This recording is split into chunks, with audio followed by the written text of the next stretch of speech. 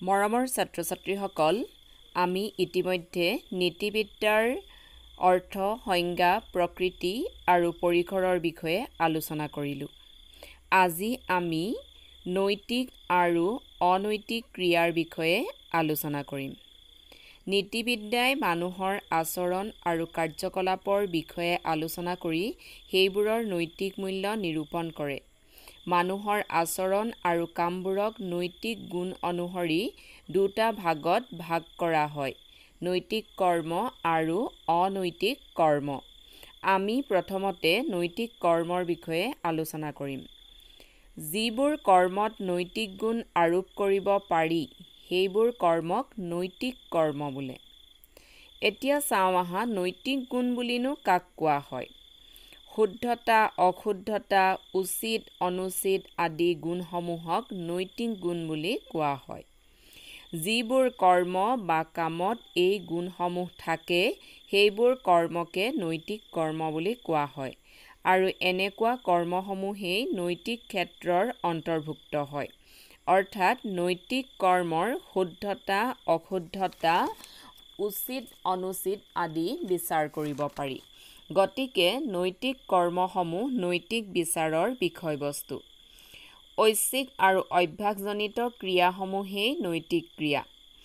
আমি এতিয়া ঐচ্ছিক ক্ৰিয়া আৰু অভ্যাসজনিত ক্ৰিয়াৰ বিষয়ে আলোচনা কৰিম। যিবোৰ ক্ৰিয়া কৰ্তাই বুদ্ধিবৃত্তি প্ৰয়োগৰ দ্বাৰা কোনো উদ্দেশ্য সম্পাদন কৰিবলৈ ইচ্ছাকৃতভাৱে কৰে তাকে ঐচ্ছিক ক্ৰিয়া বোলে। ঐচ্ছিক ক্ৰিয়াসমূহ ব্যক্তিয়ে আকাংক্ষিত লক্ষ্যত উপনীত হ'বৰ বাবে নিজৰ জ্ঞান বুদ্ধি প্ৰয়োগ কৰি কৰ্মত প্ৰবৃত্ত হয়।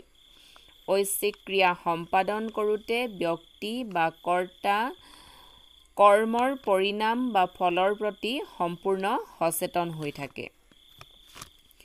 কোনো এটা ঐচ্ছিক ক্ৰিয়া বাৰে বাৰে অনুশীলন কৰি থাকিলে সেই ক্ৰিয়াটো অভ্যাসত পৰিণত হয়। যেতিয়া কোনো এটা ক্ৰিয়া ইচ্ছাকৃতভাৱে বাৰে বাৰে অনুশীলন কৰাৰ ফলত অভ্যাসত পৰিণত হয় তেতিয়া তাক অভ্যাসজনিত ক্ৰিয়া বোলে। ঐচ্ছিক ক্ৰিয়াৰ পুনৰাবৃত্তিৰ পৰিণতিয়েই হ'ল অভ্যাস। আৰম্ভণিতে ইচ্ছাৰ বশৱৰ্তী হৈ কৰা কৰ্মসমূহ পুনৰাবৃত্তি কৰাৰ ফলস্বৰূপে পিছলৈ অভ্যাসত পৰিণত হয়। এতিয়া অনৈতিক ক্ৰিয়া কাক বোলে চাওঁ আহা। যিবোৰ ক্ৰিয়াত নৈতিক গুণ আৰোপ কৰিব নোৱাৰি সেইবোৰ ক্ৰিয়াকে অনৈতিক ক্ৰিয়া বোলে। শুদ্ধতা, অশুদ্ধতা, উচিত, অনুচিত আদি নৈতিক গুণসমূহ এনে কৰ্মত উপস্থিত নাথাকে। এনে কৰ্মৰ শুদ্ধতা, অশুদ্ধতা, ঔচিত্য, অনৌচিত্য আদি বিচাৰ কৰিব নোৱাৰি। সেইকাৰণে অনৈতিক ক্ৰিয়াসমূহ নৈতিক বিচাৰৰ বিষয়বস্তু নহয়। এতিয়া আমি বিভিন্ন প্ৰকাৰৰ অনৈতিক ক্ৰিয়াসমূহৰ বিষয়ে আলোচনা কৰিম। নিৰ্জীৱ বা অচেতন বস্তুৰ দ্বাৰা সংঘটিত কাম বা প্ৰাকৃতিক দুৰ্যোগৰ ফলত হোৱা ঘটনা অনৈতিক। যেনে ভূমিকম্প, বানপানী, ধুমুহা আদি। কাৰণ এই ঘটনাবিলাকৰ ওপৰত শুদ্ধ, অশুদ্ধ, উচিত, অনুচিত আদি নৈতিক গুণ আৰোপ কৰিব নোৱাৰি। ইতৰ প্ৰাণীৰ কৰ্ম বা আচৰণ অনৈতিক। ইতৰ প্ৰাণীৰ কৰ্ম বা আচৰণত নৈতিক গুণ আৰোপ কৰিব নোৱাৰি। গতিকে এই কৰ্মসমূহ বা আচৰণসমূহ অনৈতিক।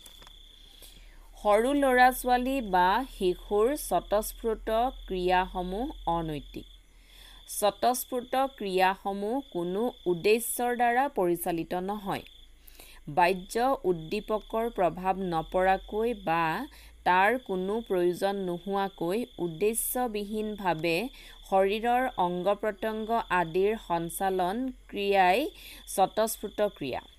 শক্তিৰ স্বতঃস্ফূৰ্ত নিঃসৰণৰ বাবে এনে ক্ৰিয়াসমূহ সংঘটিত হয়।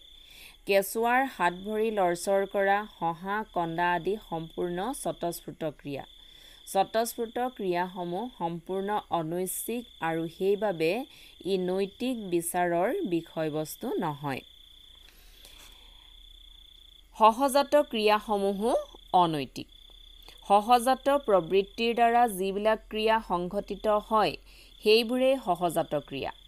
সহজাত প্ৰবৃত্তি এক জন্মগত স্বাভাৱিক ক্ষমতা আৰু প্ৰৱণতা। সহজাত প্ৰবৃত্তিসমূহ শিক্ষালব্ধ বা আৰ্জিত নহয়।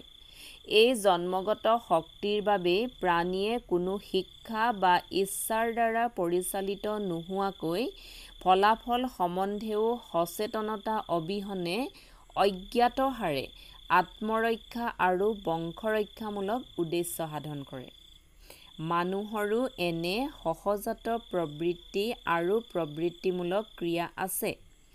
অৱশ্যে মানুহতকৈ পশু-পক্ষীৰ ক্ষেত্ৰত ইয়াৰ প্ৰভাৱ বেছি দেখা যায়। উদ্দেশ্যাভিমুখী হ'লেও এনে ক্ৰিয়া ঐচ্ছিক নহয়, কাৰণ সজ্ঞান প্ৰচেষ্টা আৰু উদ্দেশ্য বা লক্ষ্যৰ প্ৰতি সচেতনতা ইয়াত নাথাকে। গতিকে সহজাত ক্ৰিয়াসমূহ অনৈতিক। প্ৰত্যাৱৰ্তী ক্ৰিয়াসমূহো অনৈতিক। বাহ্য উদ্দীপকৰ প্ৰভাৱত নভবা নিচিন্তাকৈ সংঘটিত হোৱা শাৰীৰিক প্ৰতিক্ৰিয়াবিলাকেই প্ৰত্যাৱৰ্তী ক্ৰিয়া। এনে প্ৰতিক্ৰিয়াসমূহ সচেতনভাৱে কৰা নহয়। পূৰ্বৰ কোনো শিক্ষা নোহোৱাকৈয়ে বাৰে বাৰে এনে প্ৰতিক্ৰিয়া হয়। প্ৰত্যাৱৰ্তী ক্ৰিয়া দুই প্ৰকাৰৰ হ'ব পাৰে। এটা প্ৰকাৰ হ'ল য'ত বাহ্যিক উদ্দীপকৰ দ্বাৰা প্ৰত্যাৱৰ্তী ক্ৰিয়াৰ সৃষ্টি হয়, যেনে চকুত তীব্ৰ পোহৰ পৰাৰ লগে লগে চকুৰ পতা জাপ খাই যায়। প্ৰত্যাৱৰ্তী ক্ৰিয়াৰ আনটো প্ৰকাৰ হ'ল উদ্দীপক দেহৰ আভ্যন্তৰীণ কোনো বিসংগতি বা হঠাৎ হোৱা কোনো পৰিৱৰ্তন হ'ব পাৰে। হাঁচি মৰা, কঁহা আদি এই প্ৰকাৰৰ প্ৰত্যাৱৰ্তী ক্ৰিয়াৰ ভিতৰত পৰে। অৱশ্যে উদ্দীপক বাহ্যিক বা আভ্যন্তৰীণ যিয়েই নহওক, প্ৰত্যাৱৰ্তী ক্ৰিয়াসমূহ কোনো ক্ষেত্ৰতে ইচ্ছাৰ দ্বাৰা নিয়ন্ত্ৰিত নহয়। এনে ক্ৰিয়া অনৈচ্ছিক আৰু সেইবাবে ই নৈতিক বিচাৰৰ বিষয়বস্তু নহয়। প্ৰত্যাৱৰ্তী ক্ৰিয়াসমূহ অনৈতিক। ভাবজ ক্ৰিয়া আন এবিধ অনৈতিক ক্ৰিয়া। যেতিয়া মনত উদয় হোৱা ভাৱ বা ধাৰণা ইমান তীব্ৰ হয় যে সি নিজে নিজে হঠাতে ক্ৰিয়াত পৰিণত হয়, তাক ভাবজ ক্ৰিয়া বোলে। ভাবজ ক্ৰিয়াত কোনো ইচ্ছা বা চেষ্টাৰ অৱকাশ নাথাকে। ভাৱ বা ধাৰণাটোৰ ওপৰত আমাৰ কোনো নিয়ন্ত্ৰণ নাথাকে। উদাহৰণস্বৰূপে ফুটবল খেল উপভোগ কৰি থকা দৰ্শক এজনে যেতিয়া খেলুৱৈ এজনে বলটো মৰাৰ মুহূৰ্ততে নিজেও মাটিত গোৰ মাৰি নিজৰ মনৰ ভাৱক ক্ৰিয়াত পৰিণত কৰে, তেনে ক্ৰিয়াই ভাবজ ক্ৰিয়া। ভাবজ ক্ৰিয়াসমূহ অনৈতিক ক্ৰিয়া। বাধ্যবাধকতাৰ বশৱৰ্তী হৈ কৰা কামসমূহ অনৈতিক, কাৰণ এনে ক্ৰিয়াত কৰ্তাৰ স্বতন্ত্ৰতা নাথাকে। কৰ্তাই নিজৰ ইচ্ছাত এই ক্ৰিয়াসমূহ সম্পাদন নকৰে বাবে এনে ক্ৰিয়া অনৈচ্ছিক। অনৈচ্ছিক ক্ৰিয়া হোৱা বাবে বাধ্যবাধকতাৰ বশৱৰ্তী হৈ কৰা কামসমূহ অনৈতিক। তেনেদৰে উন্মাদ বা বিকৃত মস্তিষ্কৰ লোকৰ ক্ৰিয়াও অনৈতিক, কাৰণ এনে ক্ৰিয়াত কোনো সজ্ঞান ইচ্ছা নাথাকে। এনে ক্ৰিয়া বিচাৰ বুদ্ধিৰ দ্বাৰা কৰা নহয়, সেয়েহে এনে ক্ৰিয়া অনৈতিক। ছাত্ৰ-ছাত্ৰীসকল, আজি আমি নৈতিক আৰু অনৈতিক ক্ৰিয়াৰ বিষয়ে আলোচনা কৰিলোঁ। যিবিলাক ক্ৰিয়াত নৈতিক গুণ আৰোপ কৰিব পাৰি সেই ক্ৰিয়াসমূহেই হৈছে নৈতিক ক্ৰিয়া, আৰু যিবোৰ ক্ৰিয়াত নৈতিক গুণ আৰোপ কৰিব নোৱাৰি সেই ক্ৰিয়াসমূহেই হৈছে অনৈতিক ক্ৰিয়া। আশা কৰোঁ আজিৰ এই ভিডিঅ'টোৰ পৰা তোমালোক উপকৃত হ'বা। ধন্যবাদ।